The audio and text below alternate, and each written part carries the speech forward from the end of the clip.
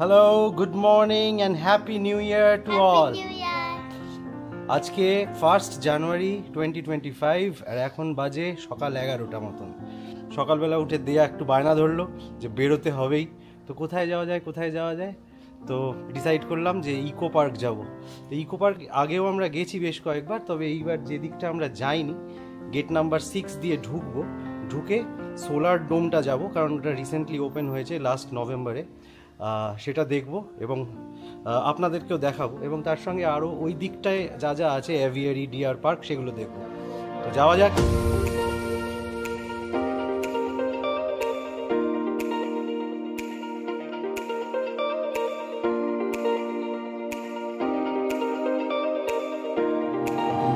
আজকে আমরা একটু নতুনভাবে ইকো পার্ক আসছি। অধিকাংশ মানুষ গেট নাম্বার 2-র দিকটায় যায়। তো আজকে 1 জানুয়ারি, স্বাভাবিকভাবেই প্রচণ্ড ভিড় হবে। তো ভাবছিলাম কোথায় যাব। দেয়া চিড়িয়াখানার কথা বললো, বাট আজকের দিনটায় ওই সব জায়গায় অ্যাভয়েড করাটাই ভালো। তারপরে মনে হলো যে ইকো পার্কের গেট নাম্বার 6-এর দিকটা যদি আমরা যাই, ওই দিকটাতে একটা এভিয়ারি রয়েছে, ডিয়ার পার্ক রয়েছে, এবং আমরা যেটা আজকে মেইন টার্গেট করছি সেটা হচ্ছে সোলার ডোমটা, কারণ এটা জাস্ট রিসেন্টলি 2024-এর 5ই নভেম্বর ওপেনিং হয়েছে। তো এটা দেখবার মতন জিনিস। সারা ভারতবর্ষের মধ্যে লার্জেস্ট সোলার ডোম, এবং ভেতরটাও অনেক কিছু আছে। তো আজকে মূলত ওইখানগুলোতেই যাব। তো আজকে আমরা যেটা করলাম, আমরা নিউ টাউন বাস স্ট্যান্ড থেকে টোটো নিয়ে নিলাম। এভাবে তো কখনো ইকো পার্ক আসিনি। তো টোটোতে করে এখন আমরা ইকো পার্কের ভেতরটাতে ঢুকেছি। গেট নাম্বার 1 দিয়ে ঢুকে এখন আমরা ভেতর দিয়েই গেট নাম্বার 6 অব্দি এসেছি।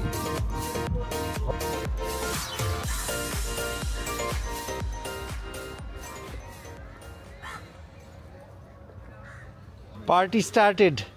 হ্যাঁ, ক্যান্ডি ফ্লাশটাও 2 in 1, গার্ডারটাও 2 in 1। গেট নাম্বার 6টা দিয়ে ঢুকলেই ডান দিকটাতে গলফ অ্যারেনা পড়ে, একটা গলফ কোর্স, খুব সুন্দর। এই জায়গাটা একটু দেখাই।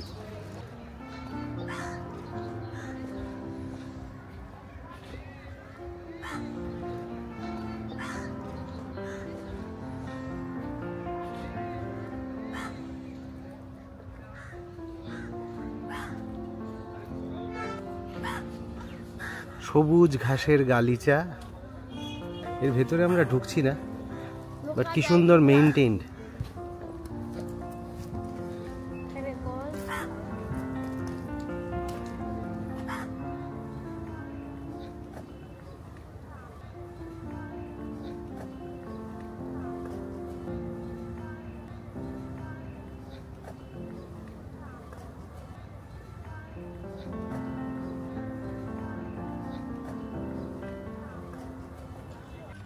এই গেট নাম্বার 6-এর টিকিট কাউন্টার। এখানে টাইমিংস দেওয়া রয়েছে, Tuesday to Sunday 11 AM to 7:30 PM। সোমবার বন্ধ। এক একজনের টিকিট 30 টাকা করে, আর 3 বছরের থেকে ছোট বাচ্চাদের এন্ট্রি ফ্রি। ইকো পার্কে কিন্তু আপনারা আপনাদের পোষ্যদের নিয়ে ঢুকতে পারবেন না, এটা কিন্তু মাথায় রাখতে হবে।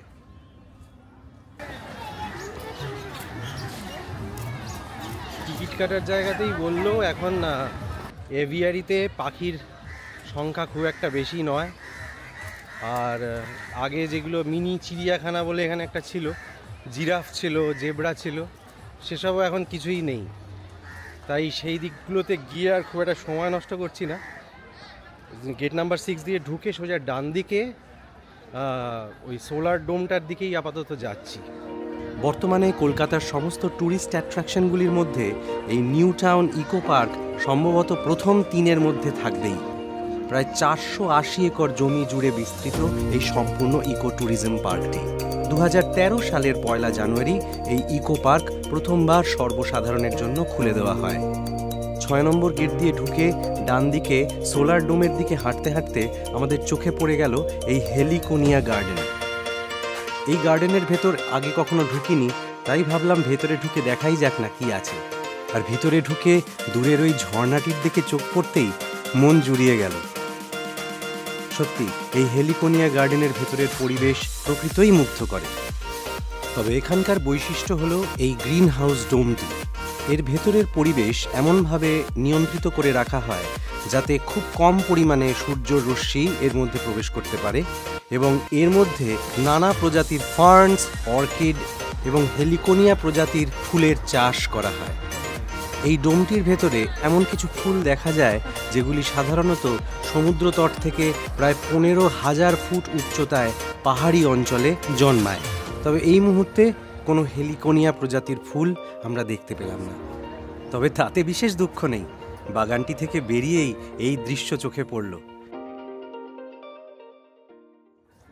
হেলিকোনিয়া গার্ডেনের ঠিক পাশেই ভাস্কর্যে বাংলার ইতিহাস উদ্যান, sculpture garden of Bengal history. দেখা যাক ভেতরে ঢুকে। এই ইকো ট্যুরিজম পার্কের ব্যাপ্তি এতটাই যে এর সব কিছু ভালো করে ঘুরে দেখতে গেলে একটা গোটা সপ্তাহ কম পড়ে যেতে পারে। মূলত ধাতুর ওপরে ভাস্কর্য শিল্পের অনন্য সাধারণ কীর্তি এখানে ঢুকলে আপনারা দেখতে পাবেন। বাংলার ইতিহাসের পাতা থেকে এক একটি গল্প জীবন্ত হয়ে উঠেছে প্রত্যেকটি দেয়ালের গায়ে। তা সে শ্রী চৈতন্যদেবের বৈষ্ণব ধর্ম প্রবর্তন হোক বা বাংলার নবজাগরণ, পলাশীর যুদ্ধ থেকে বঙ্কিমচন্দ্রের আনন্দমঠ, নীল দর্পণে বর্ণিত নীল বিদ্রোহের কথা বা সাঁওতালদের হুল আন্দোলনের কথা, এই সমস্ত কিছু স্থান পেয়েছে এই ভাস্কর্য উদ্যানটিতে।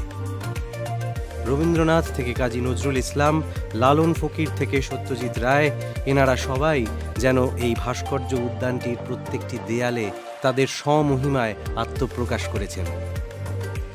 আপাতত স্বল্প পরিসরে আমার এই স্কাল্পচার গার্ডেন ঘুরে দেখার অভিজ্ঞতা তুলে ধরছি এই ভিডিওতে, আর আশা রাখছি বাংলার ইতিহাসের বিভিন্ন অধ্যায়ের মধ্যে দিয়ে এই যাত্রাপথ আপনারাও ঠিক ততটাই এনজয় করবেন যতটা আমি করেছি।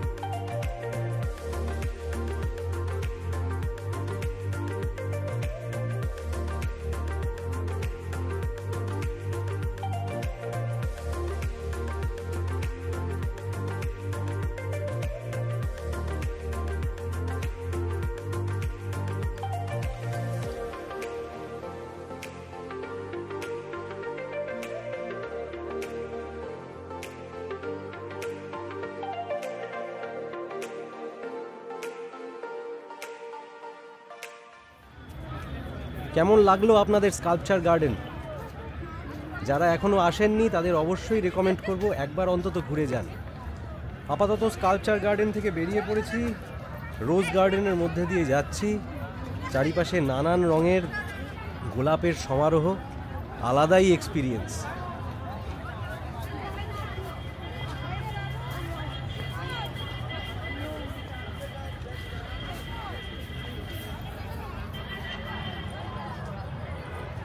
এখন বাজে দুপুর 2টো। এবারে রওনা দিচ্ছি সোলার ডোমের দিকে। তবে সোলার ডোম যাওয়ার আগে ডান দিকটাতে বাংলার ভিলেজ বলে একটা সেগমেন্ট করেছে, খুব সুন্দর। দেখি ভেতরটাতে একবার ঢুকতে ইচ্ছা করছে। বেলা যত বাড়ছে ভিড়ও তত বাড়ছে। 1 জানুয়ারি ভিড় হওয়াটাই স্বাভাবিক। এই সামনে টয় ট্রেন আসছে।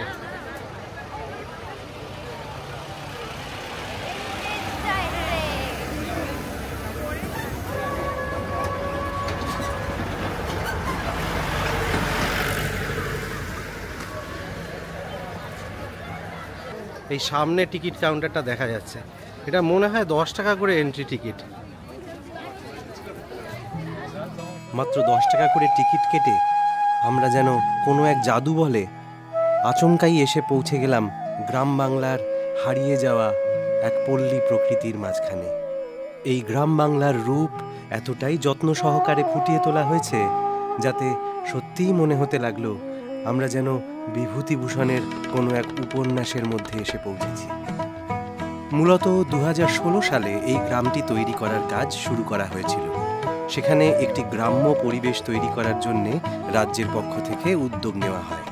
সেই মতো শিল্পী এই জায়গায় গড়ে তুলেছেন তুলসীতলা থেকে গ্রামের হাট, গ্রাম্য বাড়ি, কৃষকের মূর্তি, কুমোরের মূর্তি, আরও কত কি। ইকো পার্কের উত্তর পশ্চিম কোণে ইকো পার্ক অফিস সংলগ্ন জায়গায় প্রায় 5 একর জায়গা জুড়ে গড়ে তোলা হয়েছে এই গ্রামটিকে।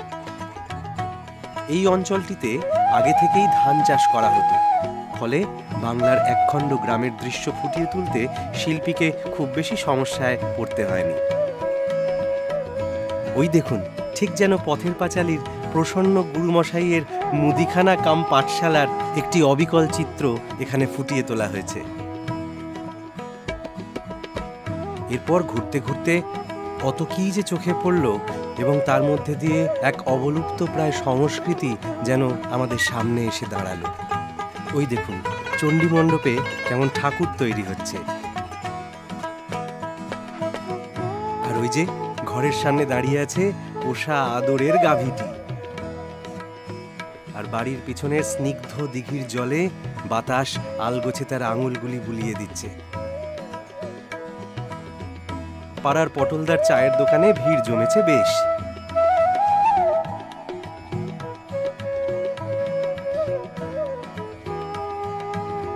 আর ওই যে গ্রামের জাগ্রত দেবতার থান, এসব কিছু মিলিয়ে এ যেন এক ইতিহাস দর্শন হচ্ছে আমাদের।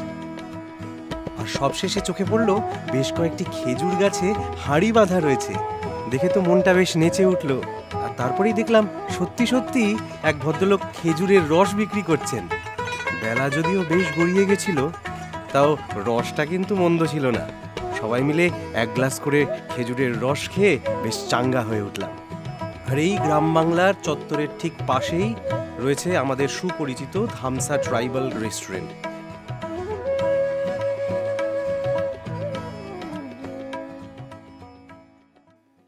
আমরা আপাতত গ্রাম বাংলার চত্বর থেকে বেরিয়ে চলে এসেছি সোলার ডোমের সামনে। এখানে এখন বেশ ভিড়। বাংলার গ্রাম ঘুরে চলে এসেছি সোলার ডোমের একদম সামনে। কন্ট্রাস্টটা জাস্ট চিন্তা করুন। একটু আগেই আমরা ছিলাম ইতিহাসের মধ্যে, যেখানে বাংলার সাবেকি গ্রামের চেহারা ফুটিয়ে তোলা হয়েছে। আমরা তার মধ্যে ঘুরে বেড়ালাম, আর ঠিক তার পাশেই রয়েছে এই futuristic renewable energy museum. Solar dome আপনারা দেখতেই পাচ্ছেন। এটা আমরা আজকে প্রথমবার এলাম, খুব রিসেন্টলি এটা ওপেন হয়েছে।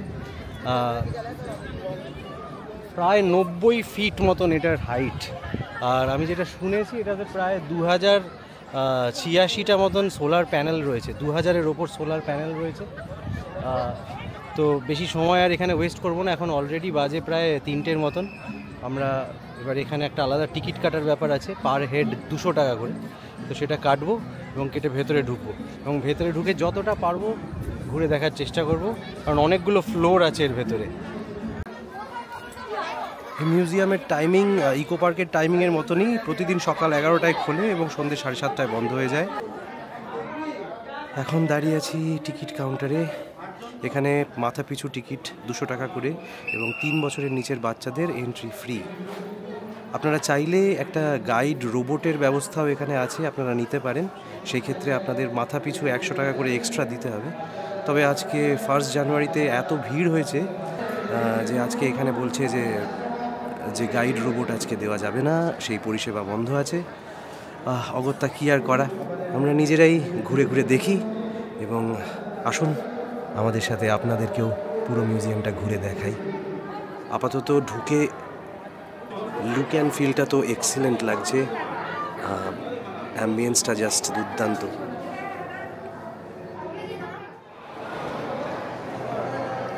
এই পুরো মিউজিয়ামটায় টোটাল 7খানা ফ্লোর আছে। একদম গ্রাউন্ড ফ্লোরটাকে বলছে L0, যেটাকে নাম দিয়েছে দ্য ক্রাইসিস। তারপরে L1 mission renewability, L2 tapping renewability, sector 1। এর মধ্যে কোন ফ্লোরে কী আছে এইখানে একটা পুরো প্ল্যানিং দেওয়া রয়েছে, একটা ডিটেইল লেআউট প্ল্যান দেওয়া আছে। L3 ট্যাপিং রিনিউয়েবিলিটি সেক্টর 2, পাশে L4 learn by fun, L5 city and beyond, আর একদম লাস্টে L6 ফিউচার রেডি। এই L6 একটা ফুড কোর্ট রয়েছে, বাইট লাইট, এবং এইখানে ফিউচারিস্টিক সিটি, ফিউচার প্রোডাক্টস, এই সমস্তটা রয়েছে। আমরা এবার L0 থেকে পুরো এই মিউজিয়ামটা এক্সপ্লোর করা শুরু করব। আপাতত আমরা L0 সেগমেন্ট থেকে শুরু করলাম।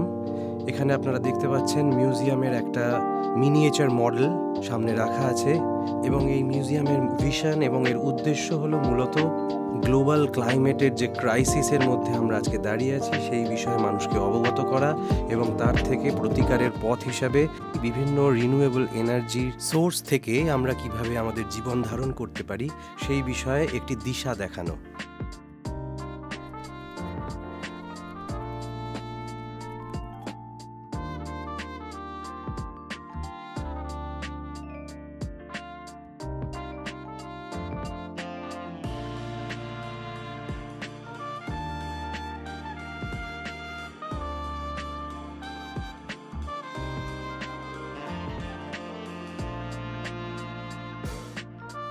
অসাধারণ কিছু ফিউচারিস্টিক প্রেজেন্টেশন রয়েছে এই মিউজিয়ামটায়।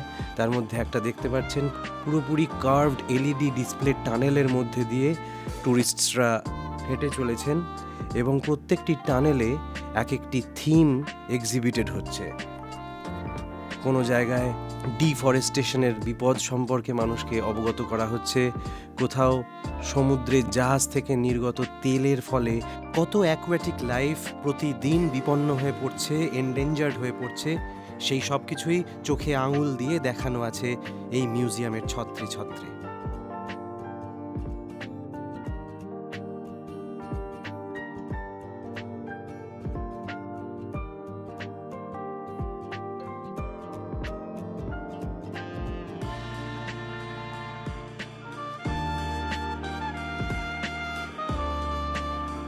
একটু একটু করে হাঁটতে হাঁটতে আমরা পৌঁছে গেলাম L1-এর দিকে, যেখানে আমাদের মনুষ্য জাতির নির্যাতনের ফলে সারা পৃথিবী থেকে অবলুপ্ত প্রায় বিভিন্ন প্রজাতির প্রাণীদের মূর্তি বানানো রয়েছে, এবং এই প্রজাতিগুলি সম্পর্কে প্রচুর ইনফরমেশনস দেওয়া রয়েছে। এসব দেখতে দেখতে মানুষ হিসেবে নিজের ওপর বেশ খানিকটা লজ্জাই হচ্ছিল। আর এই কথাটা 100% খাঁটি। This planet has enough to offer for everyone's need, but it doesn't have enough for everyone's greed.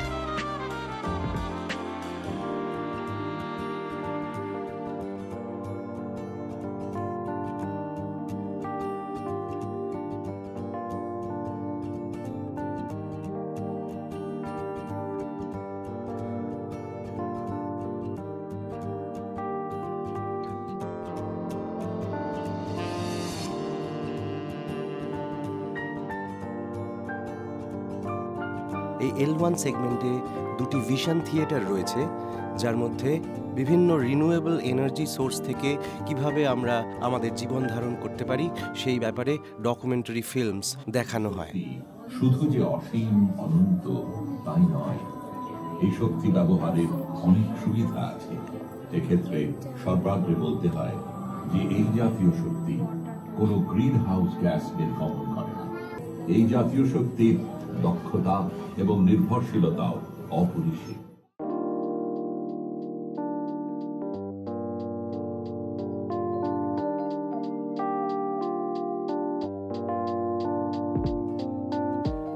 আমরা ধীরে ধীরে পৌঁছে গেলাম L2 সেগমেন্টে।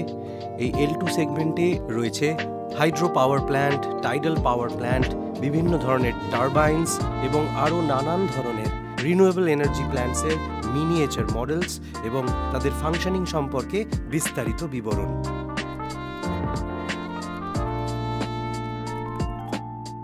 মাল্টিমিডিয়ার ব্যবহারে প্রত্যেকটি প্রেজেন্টেশন দুর্দান্ত রকম ইন্টারেস্টিং হয়ে উঠেছে এবং তার ফলে সব বয়সের দর্শকরাই এই বিষয়গুলি সম্পর্কে ইন্টারেস্ট পাবে এবং অনেক কিছু জানতে পারবে।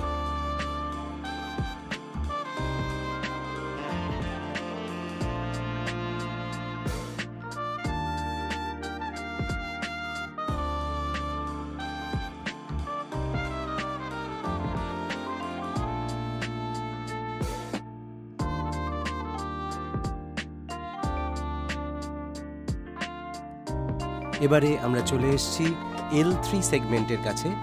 এইখানে মূলত নিউক্লিয়ার এনার্জি এবং জিওথার্মাল পাওয়ার প্ল্যান্টসের ফাংশনিং সম্পর্কে প্রেজেন্টেশনস দেওয়া রয়েছে। আছে চোখ ধাঁধানো সব মিনিয়েচার মডেলস এবং আরও অনেক কিছু।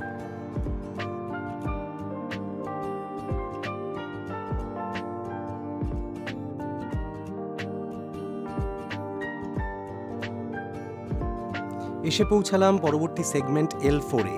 এই সেগমেন্টটার নাম লার্ন বাই ফান, আর প্রবেশদ্বারেই দেখতে পাবেন অ্যালবার্ট আইনস্টাইনের একটা দুর্দান্ত মূর্তি। এই সেগমেন্টটার বৈশিষ্ট্য হলো বিভিন্ন ইন্টারঅ্যাক্টিভ কিয়স্কস, যেখানে কুইজ এবং মজার ছলে প্রশ্নোত্তরের মাধ্যমে নানান তথ্য তুলে ধরা হয়। বিশেষত স্কুল স্টুডেন্টসদের কাছে এই সেকশনটা ভীষণ আকর্ষণীয়। এরপর L5 সেগমেন্টে এসে পৌঁছলেই দেখবেন স্বয়ং স্টিভ জবস আপনাদের দুহাত বাড়িয়ে অভ্যর্থনা জানাচ্ছেন। এই সেগমেন্টে বিভিন্ন ধরনের ফিউচারিস্টিক সিটির প্ল্যানিং এবং মডেলস রাখা রয়েছে এবং তার সঙ্গে রয়েছে একটি ভিশন থিয়েটার, যেখানে সারা পৃথিবীতে এই মুহূর্তে ঘটে চলা বৈপ্লবিক সব সায়েন্টিফিক ইনভেনশনস এবং এক্সপেরিমেন্টেশনস সম্পর্কে তথ্যচিত্র দেখানো হয়।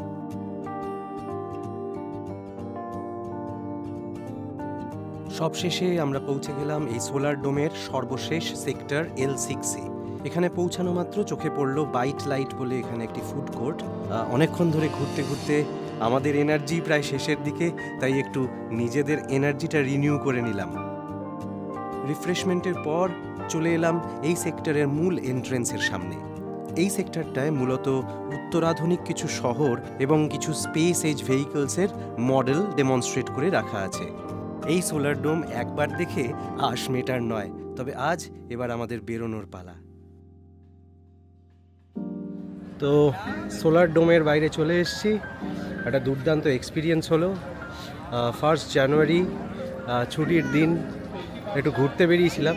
বিভিন্ন জায়গায় যাওয়ার অপশান ছিল, বাট এই জায়গাটা দেখা ছিল না, তাই এলাম। এবং এসে যে অভিজ্ঞতাটা সঞ্চয় করলাম তাতে মনে হলো যে it's worth it. Definitely recommended, সবাই একবার আসুন। দুর্দান্ত বানিয়েছে, সবাই আসুন। অসাধারণ একটা অভিজ্ঞতা নিয়ে বাড়ি ফিরবেন এবং এতক্ষণ ধরে দেখে নিশ্চয়ই বুঝতে পারলেন যে গ্লোবাল ক্লাইমেট কোন জায়গায় এসে দাঁড়িয়েছে। আমাদের লোভ, আমাদের লাইফস্টাইল, আমাদের প্রতিনিয়ত আমরা যেভাবে প্রকৃতিকে এক্সপ্লয়েট করতে করতে এখন এমন একটা জায়গায় এসে দাঁড়িয়েছে যেখানে আমরা কিন্তু এই যে ক্লাইমেটের ক্রাইসিসটা, এটা কিন্তু একটা আসন্ন থ্রেট নয়, এটা একটা বাস্তব, ঘোর বাস্তব। আমরা তার মধ্যেই আছি এবং একটা ব্যাপক জনসচেতনতা না গড়ে উঠলে কিন্তু প্রবলেম আছে। মানে বাই 2100 যেটা দেখালো, মানে এখন 2025, মানে আর 75 বছর মোটামুটি। তাতে আপনারা দেখতেই পারলেন কলকাতা, মুম্বাই, বিভিন্ন উপকূলবর্তী শহরগুলো সবকটাই জলের তলায় চলে যাবে, এমনটাই সম্ভাবনা। গ্লোবাল ওয়ার্মিং হচ্ছে, ক্লাইমেট প্রতিনিয়ত খারাপ হচ্ছে, প্রচুর স্পিসিস অবলুপ্তির পথে চলেছে। তো it's high time that we that we start working on this. তো এবং প্রত্যেকটা লেভেলে গভর্নমেন্টকেও ইনিশিয়েটিভ তো নিতেই হবে, বাট প্রত্যেকটা মানুষের নিজস্ব ব্যক্তিগত স্তরে গিয়ে কিছু সচেতনভাবে, যেমন প্লাস্টিক বর্জন করা, যত্রতত্র প্লাস্টিক ছড়িয়ে বেড়ানো, এগুলো না করাই উচিত। মানে এগুলোকে নিয়ে কনসাসলি ভাবনা চিন্তা করার সময় বোধহয় এসেছে। তো বছরের প্রথম দিনটায় দেয়াও আমাদের সাথেই এসছিল, আর 5টা জায়গায় ঘুরলে হয়তো জাস্ট এন্টারটেনমেন্ট পেতো, একটু মজা করতো, বাট এখানে এসে ওর মনেও একটা কোথাও এই ক্লাইমেট ক্রাইসিস নিয়ে একটা সচেতনতা নাড়া দিয়ে উঠলো। তো এটা খুব দরকার বলেই আমাদের মনে হয়, এবং এক্সপিরিয়েন্সটা অসাধারণ। মিউজিয়ামটা আপনারা দেখতেই পেলেন, প্রত্যেকটা ফ্লোরে যে সুন্দরভাবে সমস্ত মানে রিনিউয়েবল এনার্জি জন্য ব্যবহৃত hydel power, wind energy, solar energy, geothermal energy, এই সমস্ত কিছু প্ল্যান্টস কিভাবে ফাংশন করে, মানে আপনাদের যদি জানার আগ্রহ থাকে এখানে আসলে কিন্তু আপনারা অনেক কিছু জানতে পারবেন এবং সমৃদ্ধ হয়ে বাড়ি ফিরবেন। তো ইকো পার্কের মধ্যে ভারতবর্ষের এখন সবচেয়ে বড় সোলার ডোম, এটাই প্রাইমারিলি আজকে দেখতে এসেছিলাম, এবং it was a fantastic experience, I must say. তো এবার আমরা বাড়ির দিকে ফিরবো। এই ব্লগটা এখানেই শেষ করছি। সবাইকে আরেকবার জানাই হ্যাপি নিউ ইয়ার। বছরটা সবার ভালো কাটুক এবং সুস্থ থাকুন, ভালো থাকুন। আবার দেখা হচ্ছে পরের পর্বে।